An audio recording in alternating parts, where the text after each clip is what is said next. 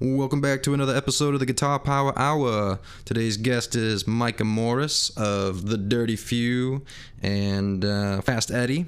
Both bands I've seen a decent amount of times in the Denver area. And we also did the interview at Soul Tribe Tattoo over on the South Broadway neighborhood area over there. Thanks to Soul Tribe and to Karen, who was the tattoo artist, doing Micah's tattoo during the interview, so you might hear a little buzzing.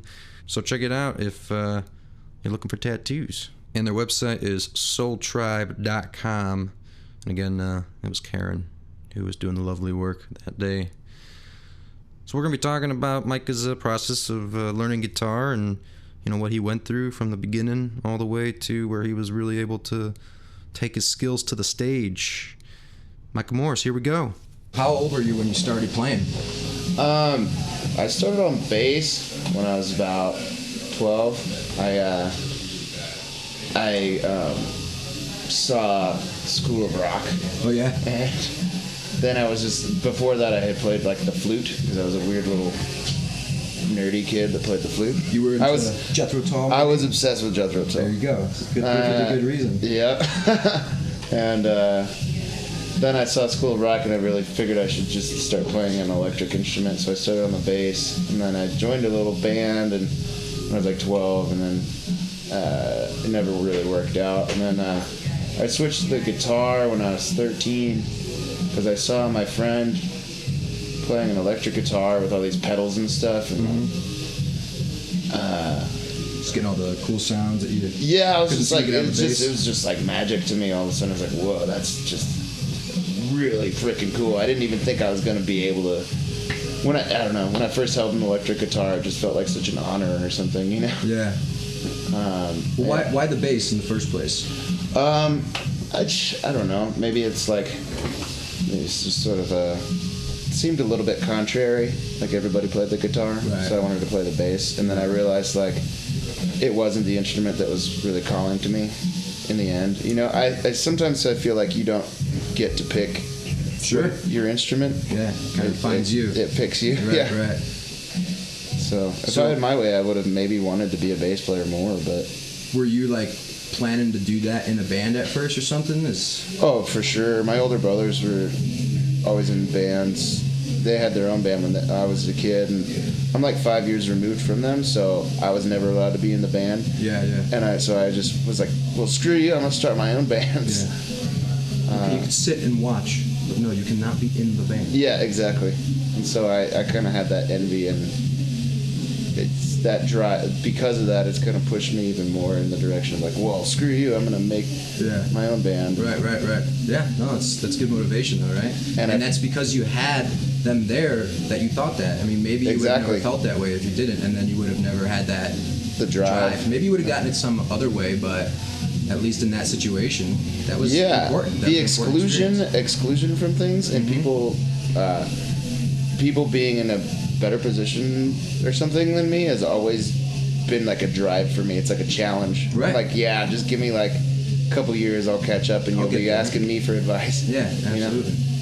So were you thinking is that specifically why you wanted to learn the bass in the first place? Because you thought that's not a popular instrument, it might be easier to get into a band if I play bass? It wasn't even just that. I think I've always been kind of contrarian. Yeah. I just wanted to be a little bit different. Uh-huh. And there weren't too many bass players at all where I grew up.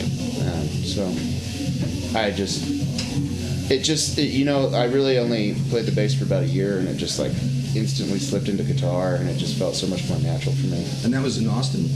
No, I was born in Austin, but I grew up in Eagle County.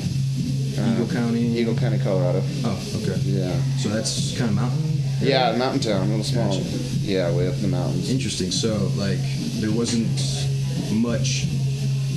a big community, was there? No, there wasn't a big music scene or anything like that. There was my brother's band, and then another punk rock band, and then there was dad cover bands. So pretty isolated. Yeah, as far as music and all that stuff went, it was very isolated. So was it the type of thing where you pretty much would just stay inside and play music all the time because there's nothing else to do, or? Well, I mean, you find ways to entertain yourself. I wasn't really troublesome kid, so I went and caused a ruckus. I know the small town feel, but no, I don't know about the small town feel in the mountains, because I think there's so much more to do in a mountain small town than like a Midwest small town. Sure. There's, it's different. I mean, like, it's touristy, you know what I mean? So there's this, like, mirage over you all the time. There's just, like, you're in a snow globe, you know, all these people come there from all over the world to ski and do all these things, but they're not, like, I don't know, in the off-season, it's like a big deflated balloon. There's nobody there. Sure. There's, like, it's just, like... Which is pretty much, what, summer? Yeah, then, so it's, like, it's your oyster. Like, when I was a kid, I was a little punk rock kid, I went and just, like, the whole town was mine. I'd just go around and, like... break things and cause ruckus and be like, stealing who cares? Yeah. Stealing chromies off tires. Oh, yeah. Never did that, but I did. That was my thing when I was 12. I definitely did some car vandalism, for sure.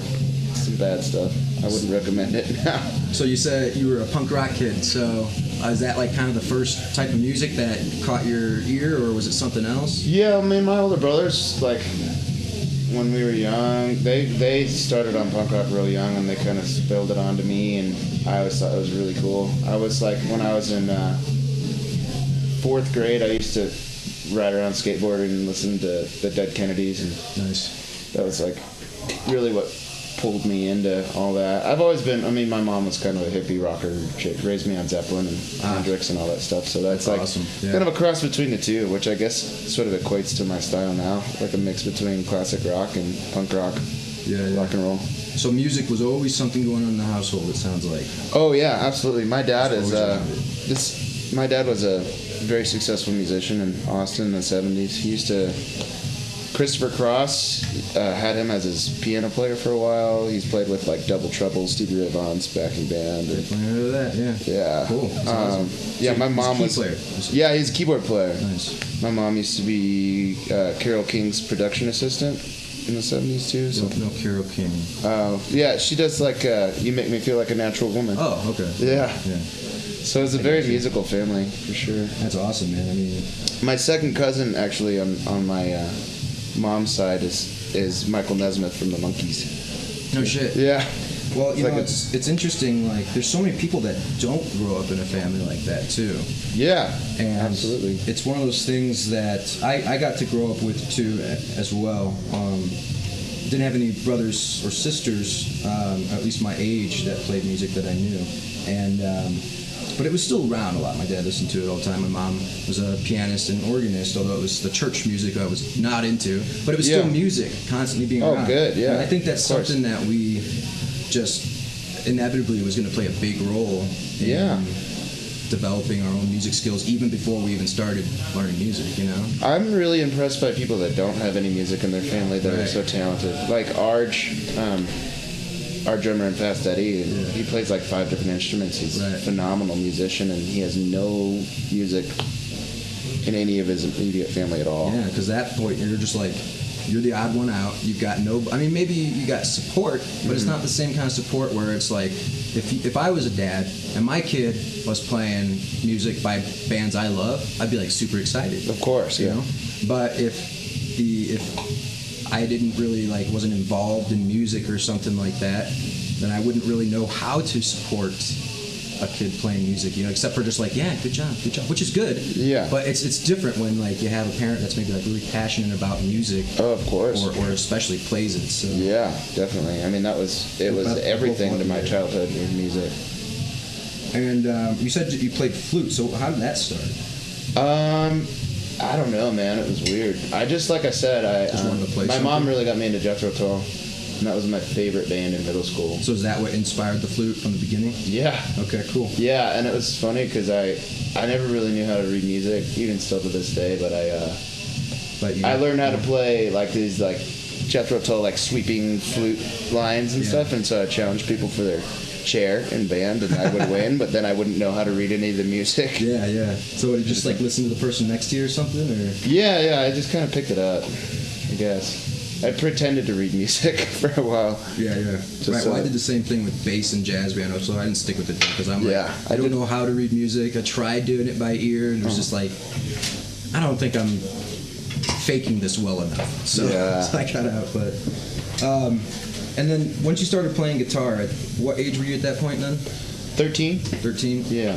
And that was just more like the fascination of like the sounds the guitar could get. Yeah. Like, boards and stuff. Oh yeah. Well, I mean, my folks really.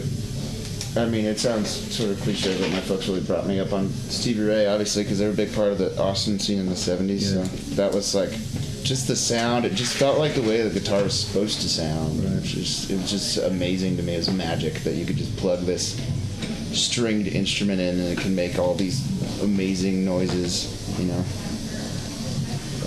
And when you first started playing guitar, like, what were you hoping to accomplish ultimately?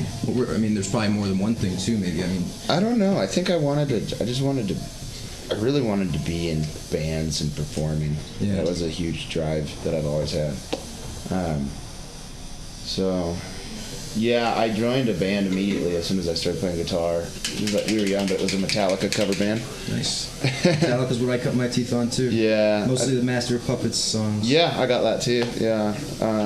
I learned Master of Puppets and Seek and Destroy, all of Kill 'Em All and all that stuff when I was really young.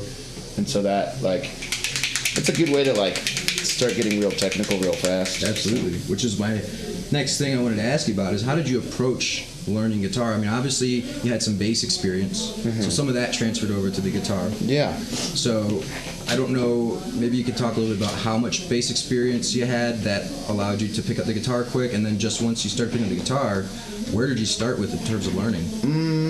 Okay, so bass was, you know, it's roots. You follow the roots and root notes, and that Right. was just everything on the bass. Root notes of the chords, you're saying? Yeah, root notes of the chord, yeah. So, but I don't know. When I started guitar, I was very, very ambitious.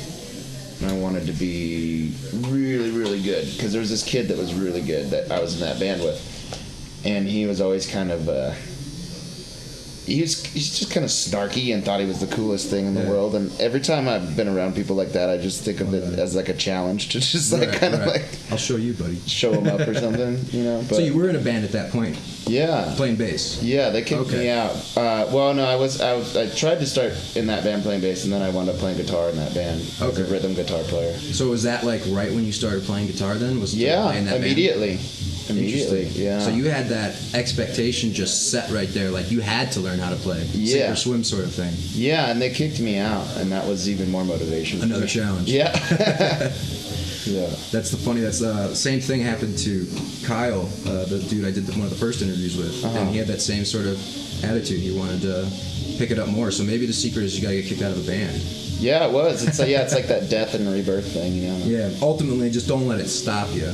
Don't it should encourage you even more. Right. Yeah, like that rejection was just more of a impulse, and now, you know, and I'm really not like a revengeful, spiteful person, but there is some sort of a catharsis to the fact that that kid now is, you know, married and living in a very suburban life with kids, and he's not doing anything with his music anymore. You always had to have some way to gauge yourself where you're at, right? Yeah. And the best way to do that is to weigh yourself against your peers. Or Sure. people that Yeah. you're playing with. So and that's I'm just not really natural. about. Yeah, I'm not really like motivated by competition as much as I am like. Competition with yourself, though. Yeah, with myself. Yeah, Yeah. to prove to myself that I can do it. So. But then at the same time, knowing, like, the best way I think to know how good is good or good enough or what is better is by hanging around other people that are doing the same thing, that are better than you, and seeing what they're doing. Well, being humbled too. Absolutely. Like, that's something still to this day. Like anytime I think I make any sort of headway with the guitar, I meet somebody that just blows my mind, and that again, it's like another challenge. It's just motivation. So Yeah. I remember Dave was one of those guys when I saw him play, man. It was just because our styles were just so similar yeah, that I really connected with him from Luna Soul. yeah. And but he's also like this older, wise dude, you know, because he's been around the block. And Yeah, didn't he used to like play with some of the dudes from Caius or something? yeah, he plays in Hermano, Oh yeah, Hermano, yeah. and he's just, when I saw him play, I just related so much, and I was just like, dude, I got some shit that I gotta learn. Yeah. I gotta go back and practice now. He's got a really unique style. I like it a lot. It's very like Palm Desert. It's very Queens. Yeah, very aggressive, but not like overly technical where it's just too robotic. It's really expressive. Yeah, that was a mistake that I think when I was a kid I was very into like, Metallica. Yeah. And so I wanted to play like Kirk Hammett, and I wanted to play like all these super shreddy freaking typewriter leads. And the older I get, the more I wrestle with simplicity and how that is actually more challenging. Right. And I think that I was just dissuaded. I was like pursuing this technicality that didn't really like. You're not gonna like impress a bunch of like pretty ladies with like a sweet picking thing, you know? Right, no. Maybe, I don't know. You're gonna be impressing the dudes probably more. Yeah, that's like how many super beautiful women do you see at a Yngwie Malmsteen concert? Right. Yeah. No, it's definitely self-expressed there. Yeah. So, as you were picking up the guitar, you were in this band. What things were you like trying to learn? I mean, did you do mostly self-taught? Did you take any lessons? I was self-taught. I did go to guitar class in high school just because I didn't want to go to other classes. Yeah. Right, I was just like, why not? Again, like I didn't learn to read music. Everybody else in that class did, but I made it through the class just kind of learning by ear and pretending to read music. Did you pick up anything from that class? I did. I picked up finger picking styles that I would have never learned before, and I've hung on to them to this day. I write music in that style now still. So what about like all the other stuff? When it comes to like anything like power chords, open chords, bar chords, all that stuff, hammer-on pull-offs. Like where'd you pick that up from? Well, the freaking power chords, of course, are one of the first things that I learned because I had to play rhythm guitar in that band, and not that far off from probably playing the bass either. No, yeah, because you hold the roots. Right. Yeah, but the like hammer-ons, pull-offs, and stuff like that. A lot of that was just kind of like incorporated in a lot of the songs that I was trying to learn when I first started playing. How did you know that though? Someone show you? Yeah, no, it had to have been that kid. I'm trying to think back. It had to have been that kid that showed me how to do hammer-ons and pull-offs. He really kind of gave me the first tutorial. My older brother was a really good guitar player as well, so I kind of looked up to him. It was more of a visual. I just kind of like watch and learn. Yeah, and I just kind of listened and learned by feel, and sometimes make a mistake and realize, oh, that's what makes that sound. Oh, totally. Like that still happens to me. Yeah. Like every day. That just happened to me the other day. What was that? It was sort of a trickly little pull-off thing, where I did like a hammer-on and a pull-off, and then I dropped to the E. It was like I was showing her this earlier. It was like a little like, it almost feels like something's slipping off an edge. It was like, I don't know how to explain it. But I was like, man, it was accidental, but I just picked it up and like now I'm keeping it in this song. Were you like, that's just something I like, or was that something that you even heard before that you're kind of like, oh, that's what it is? I've heard it a lot. You know what has really inspired me lately is like Mexican trio music. I would know. Los Panchos. Like mariachi stuff? It's not mariachi. It's just like beautiful Mexican. There's three guitar players, acoustic guitar players. There's one guy that plays this little tiny guitar, and he does all these super crazy intricate leads. And then there's a guy that plays like a guitarrón, which is like the big bass kind of guitar. And then there's the big one. I think so. I'm pretty sure. Yeah, the big guitar. Yeah. Like it's an actual guitar, but it's kind of like a bass. Okay. Yeah. There's so many weird instruments I've seen, like in Mexican music, like if you see like a picture or something. Oh yeah. Instruments I've never seen before. But so these guys do these really intricate leads, and but they're just beautiful and they're trickly and they just like Los Panchos? They're tasteful. Yeah, listen to them. I'm gonna put them on right now just so we got something to reference. Yeah.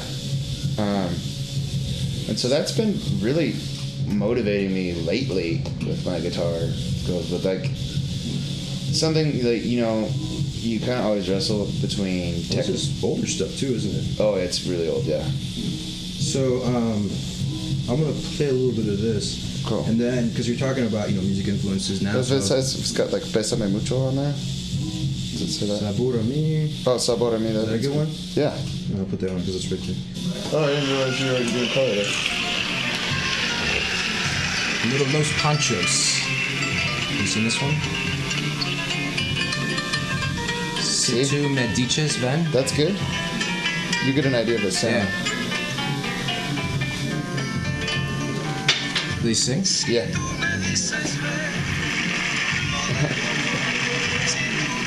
It's just like the prettiest music you'll ever hear. I feel like I'm watching the intro to Narcos right now. Totally, yeah.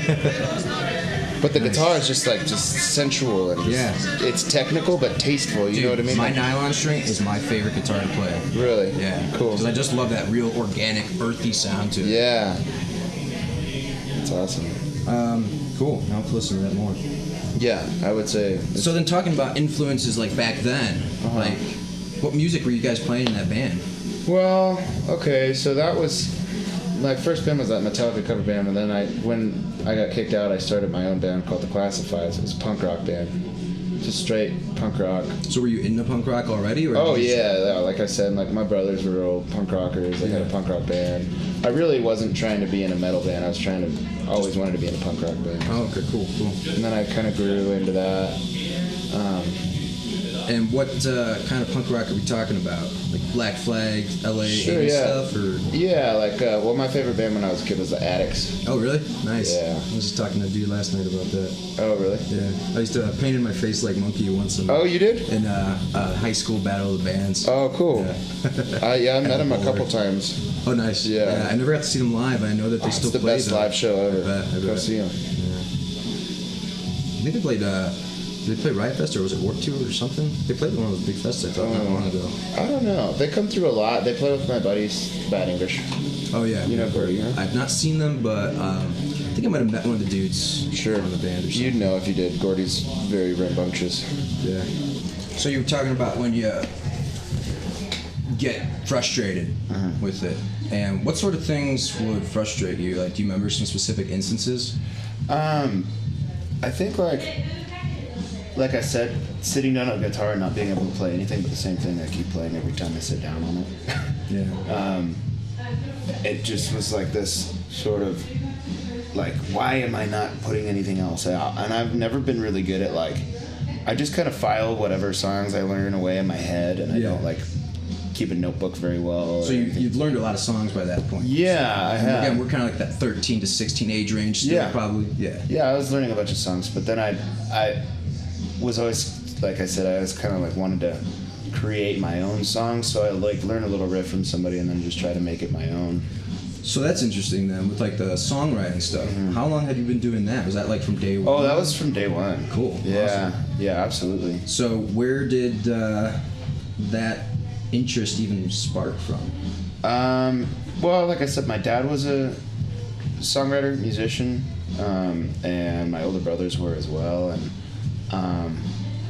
I didn't really picture myself as a singer when I was younger, but that kind of grew into my performance later on. It was kind of something you had to do, so you just started doing it or something? Yeah. But guitar playing, I don't know, it just, songwriting was something that I just kind of felt like I always knew I was going to have to do. Yeah. Could you hear the music in your head? Yeah, and stuff? Yeah, always. So I just always wanted I could hear something and just couldn't put it to paper. I couldn't get it out. So then, what was that process like, getting it out onto the guitar? Did you at first you probably struggled with that a little bit, trying to figure out where the notes were and how to get it to sound exactly like what you heard? Yeah, I was very limited to just power chords in my songwriting at first, and I was apprehensive to use open chords in my songwriting at first. I was trying to write punk songs. Right. So I wrote So were you saying you're apprehensive because they were punk songs? You didn't want to go to the open chord? Yeah, I wanted to be all rock and roll. I wanted to be all punk rock. Simple power chord thing. Yeah. Right. I wanted that sound, that tone. And at this point, this is the early 2000s, so everybody's really into that Mason Boogie, triple rectifier with a Les Paul tone, just thick, crunchy, and that's so not where I'm at anymore with tone. Were you then though at that time? Yeah, that's what I was trying to do. I was trying to do those like chords, those power chords, like thick. Well, what were some of like the punk bands that you'd say were big influences for the stuff you were writing, or at least something that was The Addicts again, like was the biggest influence for the stuff I was writing. So like a lot of like old school punk rock, like like 77 type stuff. Yeah, sure. I loved all that stuff. I was big Vibrators. Yeah, Vibrators, Circle Jerks. Yeah. Ramones.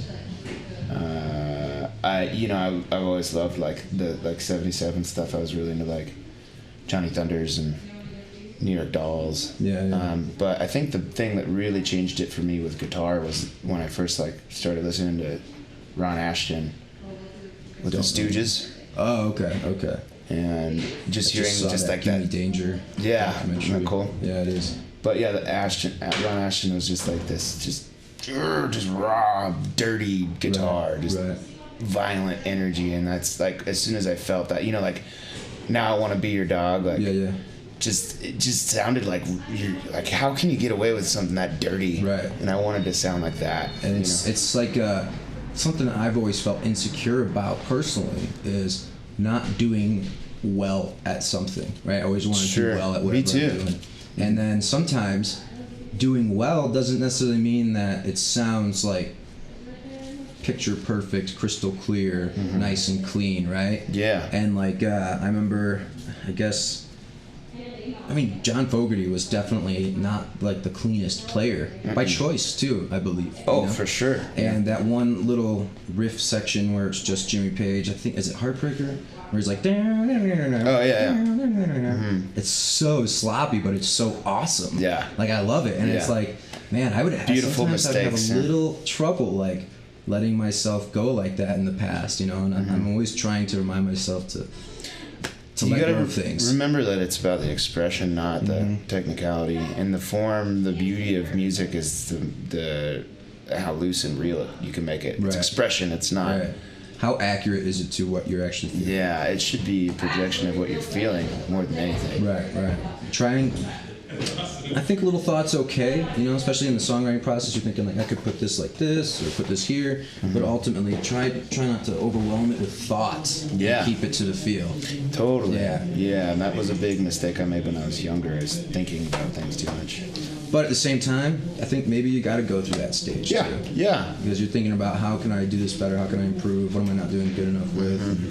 And that's what's going to help you get better at the same time. But it's that constant battle of like letting go and pushing yourself. Yeah, absolutely. Sometimes they can kind of butt heads. Hi. Okay. You up for a little more work on the thing? Yeah. Sure, whatever you want. Or should we go to the moon? Yeah, I should knock out the moon. Should we knock out the moon? Yeah. Go to the moon? Half an hour. To the moon. Yeah, we To the got like moon half an hour. back. It's gonna be a fun band practice. I know. Just got my hand, I was warning hand you. You feeling that in your fingers a lot? Yeah, it feels good. Yeah. Kind of waking it up a little bit. Kind of a masochist. Yeah. I hear you on that. So, all right. When you were songwriting, did you have any sort of recording gear whatsoever, whether it's a karaoke machine or some like tape deck thing? Or... I bought a tape deck from a thrift store. Nice. Yeah. And when I first heard myself play, I was like, this is cool. It was just a tape recorder. Yeah. I did that a lot, just for like personal reference of where I was at. Right. Logging ideas, but also getting to look back on it and be like, that's where I was 3 months ago or something. Yeah. I have recordings of some shows that I did when I was younger that like I'm still kind of like, I was like, wow, this is like better than I thought.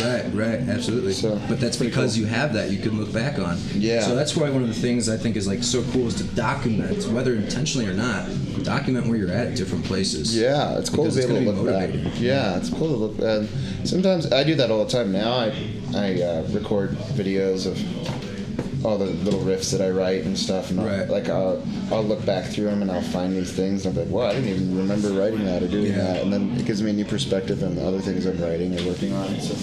And I'm sure you've probably taken ideas from like that you hadn't listened to, but you recorded maybe like 5-6 years ago, and you come across and you're like, that would fit perfect in this song. Oh, absolutely. Something like that. Yeah, a lot of the songs that I write they can get written fast, but it's kind of a cheat because I have all these like riffs that I've locked away. Right. I write a lot of riffs and then I just like save them for archive songs. them. Yeah, archive them for different songs. You know? And then sometimes it'll just work. Yeah, I'll be like, whoa, that'll work there. Months ago. It completely changed the perspective of the song that you're doing. Which I think is such a big thing that I highly recommend to anybody trying to learn the guitar is definitely record yourself, because it's totally different when you listen to yourself play back. It is. You can be like really inspired by it, but you can also take the critical point of view too, because now you get to hear yourself without actually having to play. You can just listen, and you hear yourself differently when you're not playing. Absolutely. It's so easy to record yourself now like that. No, there's no excuse for it. What Let's go in there. Oh wow, you're doing the red? Yeah. Sitting good, man. Yeah, feels good. Those lines are very nice. Thank you. Very cool. Kind of sexy, huh? That's crazy how straight they are. That's what. Yeah, she's a boss. Bro. That's one thing. Sorry, what was your last question? Never do. Shit, what was it? I think. You were saying like just how easy it is to record these days. Yeah. There's no excuse not to, and it's gonna help so much. Everybody should really do it. Just get that way. I like regret so many times that the moment that I'm like, I'll be jamming on a riff that I write for like a couple hours and I'm like, I'm totally gonna remember this tomorrow, and then I don't record it, and then it's just gone forever. The next day it'll just be gone. So sometimes if I realize in those moments, if I just let it go, it'll come back to me some random day. But. So what was your learning experience like, or how did the recording help your learning and help you grow as a player? You can hear when you're not doing well. Sure. You can hear the things that you can improve. You know, it's like, I don't know. I guess like as a visual artist, like you see it laid out, and then that's the thing about like. I think that's the thing about music. Like you are performing it, you're playing it, so you can't really like put it in perspective until you hear it. It's like the first time you hear your voice on a microphone, you know, like it's not the same voice that you think it is. Right, absolutely. Until you hear it recorded. Right. Like, that's what I sound like, but yeah, it's the same with playing. Whether someone thinks that'd be the case or not, it's always gonna be the case.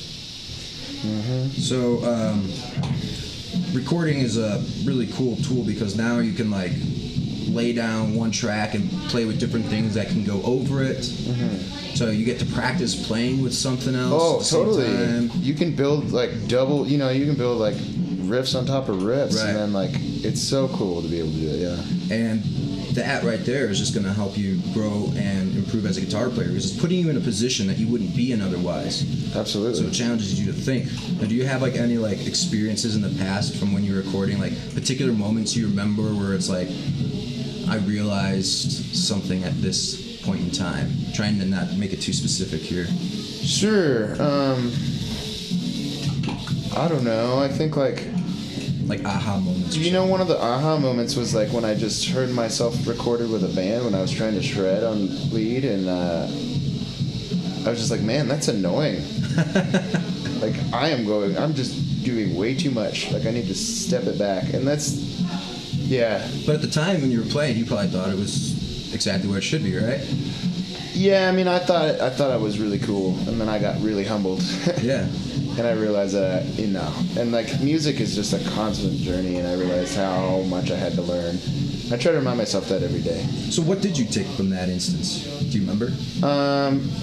I stepped back a lot, and I tried to make my leads a little bit more tasteful. Instead of, I realized that guitar isn't. I'm not doing this for other people. I'm doing it for myself and my heart, and because I have to. And it's so when I think that all art should be approached from that perspective. You do it for your spirit, not for vanity. Or that was a big thing that I took from that. I think is learning to do it for the sake of doing it rather than do it for the sake of impressing somebody. Right. Now, if that happens after the fact. Sure. Okay. I mean, it's not. I'm not saying start with that. It's not bad to impress people, obviously, and it feels good to be recognized, get some recognition for your hard work. Sure, of course. But that shouldn't be the end goal of your quest as a musician ever. Vanity should not be the fuel for your musical career. Right. So then, like, can you remember what things you actually specifically like took from? Like, okay, so you said you should make your licks more tasteful. Yeah. What was it a good example of? You had to figure out what that meant. Yeah. So how did you figure out what that meant to you? Like, what guitar players did you take from in terms of what tasteful was? How did you determine that? That's something that's still kind of growing now, but like I said, sort of like that difference in style between like Ronnie Wood and Keith Richards, where it's like Ronnie Wood's like this pentatonic blues lead player, where it's like note driven, whereas Keith Richards can play like bar chords up and down the entire fretboard that just add so much texture and soundscape to whatever track that he's on. That's like when I started looking up to players like that, players like bar chord players, or like Billy Gibbons. You know, these people that can play the blues that just like open up the whole fretboard and utilize pretty much every part of the guitar, and it's freaking cool. So in doing that, what sort of struggles did you have? I mean, I think one of the big things for people is not knowing what they need to learn. I mean, if they're taking lessons, that's one thing, if they got a good teacher to show them the path. But like, you were pretty much self-taught, except for learning from people that you listened to and friends that were around you. Yeah. Like, no formal lessons, right? Except for the guitar class in high school. Yeah, no, I had no formal teacher. So how did you, like, all the stuff that you're saying, it's all good stuff and it makes sense, but how did you find that stuff? And how did you figure out what that even means to you? It's YouTube sort of like videos there's been I guess like I didn't really watch too many YouTube videos. I just kind of wrestled with it. So you just kept playing just until tackle it sounded, it, right? just tackle it, just dig my fingers into it and see how that sound comes out. You know, like basically until you're just like, that's it. Yeah, And just just wrestle, knew. just keep wrestling and wrestling Felt and right. wrestling with it. Yeah, I don't know, and that's how I did it. I can't say that there's any Persistence. I can't say there's any proper way to do that or whatever. And No, I mean, I think there's tons of different ways. yeah, there's a million ways. So to you go just about it. you just kept at it and you didn't give up until you got it the way you wanted it to be. Sure, yeah. like And you I don't said, even it's know where I ongoing. want it to be anymore. Yeah, it's ongoing. 'Cause Yeah, you it's change it. constantly evolving. Yeah, you don't know, like, I mean, life experiences are going to change how you perceive music. For Music sure. experience will. Absolutely. Hearing new music, like, I remember when I heard Scandinavian music for the first time, I'm just like, I've never heard anything like this. And Yeah, it that's totally changed. And that that's was only like a amazing. few years ago. Yeah. I've been playing music for many years before that point happened, but I could still have something that influential happen. For sure. But I don't know if that could have happened when I was like 13 and I wasn't ready for it. You know? No, I wouldn't have been ready either. I needed to go through my little stubborn asshole phase, I guess, growing up. A little punk rocker kid phase, you know. But I don't know. It's been interesting. So, I guess, you know, kind of we touched on it a little bit, but if you have anything more to say, I'd like to elaborate. You said like pentatonic scales. What about theory stuff? Did you ever get into any sort of theory? I tried. Not just note reading, but like understanding circle of scales, fifths like that type of stuff. Yeah. I've really tried. I'm starting to feel like I kind of am getting that now. Yeah. Just now, though. Sure. It's never. I'm sure it would have helped if I. Were you like against it in the beginning, or just kind of indifferent? You know, maybe a little bit, but more I don't so wanna I follow just the rules. didn't understand it. If I was sort of against it, it was probably just because I was frustrated. Right. Because I couldn't understand it. Sure. It just didn't make sense to me. And where did that even like come from in the beginning? Like any sort of information on that? Searching online or something, or did you even not break that far into Well, the beginning? no, where did that come from? I don't know. I mean, like, just people would talk about it. You know, when you're playing with other people, they talk about things and learn from other people that have been more classically trained than I was. And I don't know. My family's been kind of, in the musical part of my family, like, my dad is vehemently opposed to music theory for some reason. I don't really know why. I'm not anymore. Which is interesting because piano's really hard to do without music theory. Yeah, I don't know why, but he's incredible at what he does. Is he a big ear player, like just really good at playing? Yeah, we're all ear? ear. Like my whole family's very ear.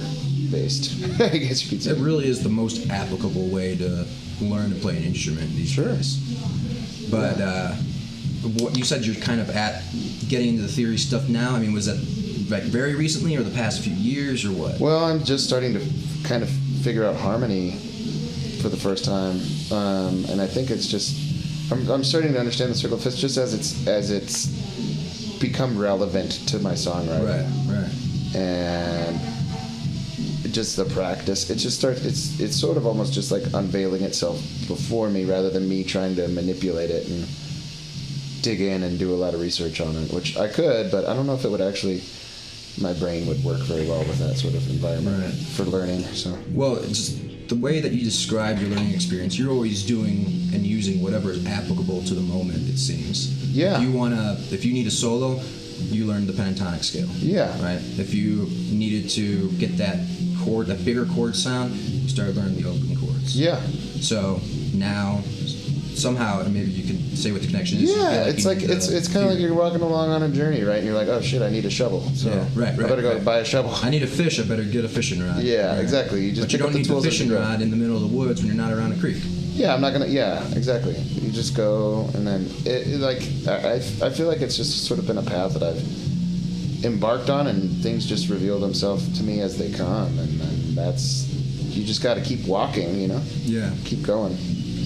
So, did you ever have one particular moment? I know you said that this did in general happen, but did you ever have one particular moment that you can recall when you were like really on the outs with maybe music or guitar in general? I could say I've been really on the outs with everything else. Everything else but music? But music, it's kind of saving grace then in those times as well? It's my lifeline. Yeah. It always has been. So, yeah, no, it's been like my most loyal friend in my life, so. And kind of jumping back to those earlier days with guitar, did you have an opportunity for lessons at all? Or did you just not want them, or I don't know. I mean, like, do you recall that? Yeah, I think I was kind of stubbornly just trying to do it without lessons. I wanted to do it my own way. Yeah. The reason I asked that too, to clarify, is because there's so many people out there that are either for or against, but there's a lot of people I know that are great players and they took lessons the whole time, and there's a lot of people that are great players and they never took lessons. They learned maybe through some other means, friends and a book here or there, a video here or there, but they didn't have formal lessons. Well, and that's the difference. Like our bass player Devin in Fast Eddy is he's classically trained in jazz bass. You know, just like amazing stuff what he does, and he's very knowledgeable in theory and modes and all these different things that I don't understand at all. But I mean, there's like all these different ways you can get to the same point, right? Sure. And you don't have to follow a prescription to get there. But it's what I think will infinitely help in any case, no matter what. It's just playing with other people. Right. That's the key. Absolutely, the biggest parallel. And I think that might be an obvious one to most people too, but the thing is, it's not underrate how big of a role it can play. Oh, it's huge. Yeah. I mean, that alone can be. That's inspiration. That's where you grow, and that's how you learn. Like, I've learned pretty much everything from playing in a bunch of different bands, with a bunch of different people. You know? Yeah, because it sets the expectation. Like, you either perform or, like you said, you get kicked out, which could motivate you. But yeah, you be. It's amazing how much I can get inspired by the way that one person playing with me can change the way that I was playing. Right. Yeah, it's cool. And then you can get to know other people's styles that you play with so well, just from playing with them so much, to the point where you can even just anticipate what they're going to do next. You kind of assimilate everybody you play with. To me, it's like I assimilate a little piece of personality from everybody that I play with. That's a special thing you can only get from playing with somebody for a long time. That's it, yeah. You have to play with other people. Yeah. Absolutely. So, in general, how many different bands have you played with over the years since starting guitar to now? Which, by the way, as a reference, how old are you now? Oh, 27. Okay, so from 13 to 27, how many bands have you played with? Is it too many to count, or? Well, there was that Metallica cover band. Then it went into my punk band, Classifieds, and that turned into, let's see, there's 3 there. I've done a lot of tribute projects too that were just kind of temporary bands. So I guess altogether probably around like 12. That's quite a bit. Yeah. And was it similar members from time to time, or was it usually occasionally? Yeah. Now, I mean, I'm playing in 4 bands now, but really? I share. Me and Leo, the bassist for Dirty Few, are in one of those bands together, and then me and Seth are in another band together. What is the other bands? What's that? What are those other bands? Leo and I are in Fast Eddy together, and Dirty Few. So, and then Seth is in RipRats with me. Oh, you're in RipRats? Yeah. I didn't know that. Yeah. I know the name. I don't know if I've ever seen it though. But I remember. Anyway, RipRats has a lot of floating members, but so that's 3 right there. What's the 4th? 6-shooter. Oh, yeah, 6-shooter. I knew about that. Yeah, that was my. Is that still active? Yeah, I mean, we're not like. I don't know if that would be the best word to describe it, but we're not a band. Yeah, right. We played a show a few weeks ago. We played a show for right before Christmas on the 23rd of December. So. Skylark. Yeah, but that was a lot of fun. Good for that. Yeah, that was my first baby in Denver. So, we kind of worked through the early stages. So, kind of like to sum things up, you started off playing flute, being influenced by Jethro Tull, but your family was always involved in music in different aspects, from playing it to just, mostly playing it actually. Everybody, it sounded like it played in your family, right? Yeah, for the most part. My brothers, my older brothers, my mom, and my dad. Yeah. That's pretty huge. Yeah. It's like my bass player in my band. His family's the same way. Oh, really? Yeah, they all play. Cool. So, in fact, I don't personally know anybody who grew up in a situation like that doesn't play. Yeah. I'm sure there are out there, but I just personally don't know anybody. But then you started off with bass, something a little different, but then you just found your way to guitar, whether guitar found its way to you. Right? Yeah, exactly. I think it found me. Did the Metallica cover band, so you're kind of cutting your teeth there, like you felt challenged, because that stuff could definitely, at that age, being new to a guitar would definitely be challenging. Mm-hmm. So it set the bar high. You set the bar high for yourself, really. Yeah. And then you went to doing some punk stuff, and then that was kind of what you stuck to for a while, is that right? Yeah, for a long time. Yeah. And punk just evolved into just rock and roll. Yeah, right. I mean, it all was like the blues. The blues was like my biggest driving force behind most of it. But and then like I said, the E minor pentatonic scales is the thing that's kept me alive. Yeah, right. That Classifieds band, was that through high school then, or was that more? Yeah, that was high school. Classifieds, and then it turned into the Introverts. Was my band. We had that band for probably like 3 years, and it broke up when I went to college. Okay, so that was like what, 18 to, or yeah, that was like around there? 15 to 18. So at that stage, in that band.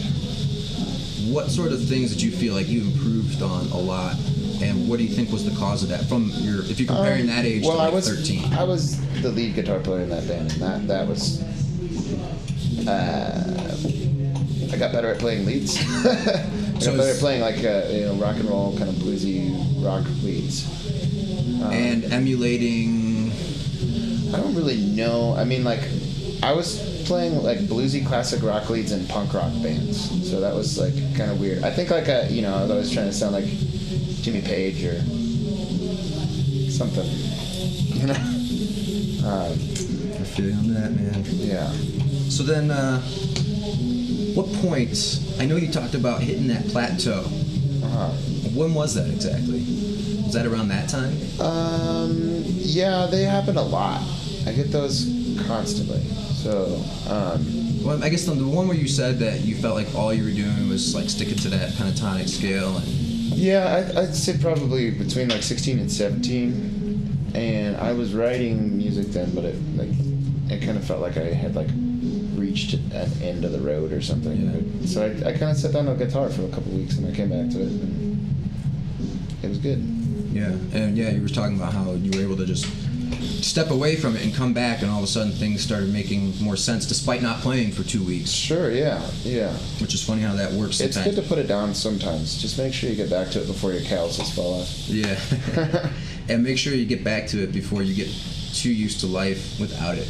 exactly. Because maybe that's not something that could happen with like you or me or some other people, but there's definitely people that are, it's not their life, but they still enjoy doing it. They put it down for too long, they get hobbyists. Yeah. Yeah. There's nothing wrong with being the hobbyist. No, not at all. It's great. It's a release, whatever service or purpose it serves you for. But as soon as you put anything down, makes it a lot easier to not come back to it. Yeah, when that's like I said, I try to keep my calluses calloused. Yeah.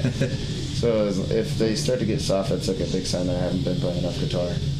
I always have a guitar player once like shamed me for not having my own pick on me at all times, and so ever since then I always have a pick on me. No, I carry 100. Yeah, I guess I'm kind of motivated by fear in that respect, like fear of not being a guitar player anymore. Yeah. So what are your big influences today? I guess more in terms of like anything from like actually playing the guitar, like technical wise, like how you want your sound to be, and then also on the songwriting side. Rocky Erickson is my biggest craze right now. And I don't know who that is. So he used to be the singer for the 13th Floor Elevators. You should definitely listen to him. He's a phenomenal guitar player, but also an amazing songwriter. And he uses a lot of simplicity in his chord structure and his songwriting and everything, but his the guitar work, I think you'd be really impressed. I think you'd really enjoy it. I mean, it's tasteful, but it's still technical. So he's doing like solo stuff or something? It's not really solo. It's he's from like the 60s, 70s and stuff. So he's like an icon, but it's rock and roll, man. It's like rock, just straight rock and roll. Dude, every day I'm hearing about people, from any period in music of the past like 50 years that I've never heard of. Every day I'm hearing like somebody new. It's just crazy how much stuff is out there that you've never heard. Yeah, it's amazing. And what things would you say are you focusing on today? I mean, like today as in Monday, that you want to get better on guitar? Just in general. I want to do more finger picking stuff, pretty stuff. I'm trying to play pretty guitar now. So would you say like that Los Panchos is a good example? Los Panchos, yeah. I want to be able to play like that. That's like a goal of mine, because that's that stuff's sexy, man. Yeah. It's freaking sexy. Somebody had posted, it was one of those stupid Facebook things that somebody's asking for opinions on and not even spouting out, but someone's like, I think they asked if some band was rock and roll or something like that, or something about rock and roll versus metal or whatever, and I'm just like, this band is not rock and roll. Like, it's metal. Yeah. And to me, what you just said reminded me of this. To me, what makes rock and roll different from metal, because sometimes there could be that crossover where it's like really close. Which is what some people call metal and some people call classic rock. Sure. Like maybe Black Sabbath, you could say that's metal, but you could also say that's rock and roll. Freaking rock and roll, man. I feel like Judas Priest. I feel like the big difference is when rock and roll is sexy and metal is not really Not as sexy. Not as sexy. That's true. I feel like that's what I define the difference is. Yeah, I agree. Because that's what it was to me. Like Rolling Stones is like, I got into the punk rock first, and then I started getting into Stones because I kept working back in time to the 77, and those guys in 77, 76 were all like influenced by the Who and the Stones and stuff. So that's when I started getting into that, and like that was one of the big appeals to me. It was like rock and roll is sexy. It is sexy. And should be. Metal is not so much. I Not agree. that I don't like any metal. I just think it's just Oh, not sure. better. No, I love a lot of metal, but yeah, no, it's I don't know. It doesn't. It communicates something for a particular period now. It used to be a big thing for me, but now it's like rock and roll can be just as angry and brutal as metal, but it's so much more versatile. You're not just limiting yourself to one set of emotions. And I'm not saying metal is limited to one set of emotions either, but I feel like, it's all rock and roll, but just being able to communicate things to people, to a wider range of people, to sort of like the soul of humanity is more my goal now. Mm-hmm. Gotcha. And you kind of touched on this too. Are we good? We're done? Yeah, good job. It is. How many more days you got to put into this, or hours rather? We'll see where it goes. Yeah. He's letting me, allowing me the freedom to do what I want with this piece. Nice. He gave me the card, and I came up with this, and Cool. see what it evolves into. Yeah, I mean, if I was to come up with like when I got this tattoo, I just said like, let's look at a picture of a praying mantis. Mm-hmm. That's all the input I had. Really? Yeah, because it was a style of kung fu that I did. So. Oh, I did Kung Fu too. Oh, did you really? What'd you Shaolin. do? Nice, nice. There's a Shaolin monk that teaches here No kidding. from Where? the Shaolin Temple, right over on Federal, Federal. like Alameda and Federal area, Oh, okay. Pacific Ocean Marketplace over there. Awesome. And is that where you went? Yeah, he was really cool, man. Yeah, that stuff's pretty impressive stuff, man. Cool. So what do you think? How are you doing? Just a couple more things, really. I'm at my last couple questions. So, one, if you could do it all again, what would you do differently? Nothing. You like the way it all went down? Yeah, sure. I mean, I think like everything happens for a reason, and I've grown to be the way I am now. And, I mean, if I was myself if I could go back and talk to myself as a kid, I'd probably just make fun of myself for the things that I was into. Yeah. but I wouldn't be who I am if I hadn't been that person. Right. So, No regrets. yeah, sure. So then, as far as like people that are starting to get started with guitar, they're just learning, or they're in those earlier stages, or people that are even like have been playing for a while, but they're kind of at a sticking point. Just in general, what kind of advice do you think you could provide from your own experience? I say play with other people as much as you can, and don't stop playing ever.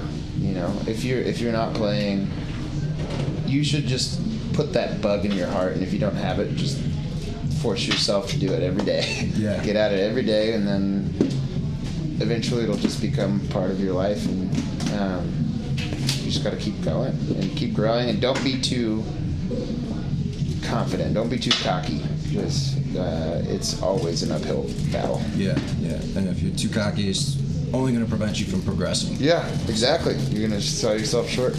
So then, just last thing was, what kind of things you want to tell people about as far as your own projects? We mentioned, Fast Eddy, RipRats, Yeah. 6-Shooter, and of course Dirty Few. And Dirty Few's going on tour. I Yeah. don't know. I'm going to try and put this out as soon as I can.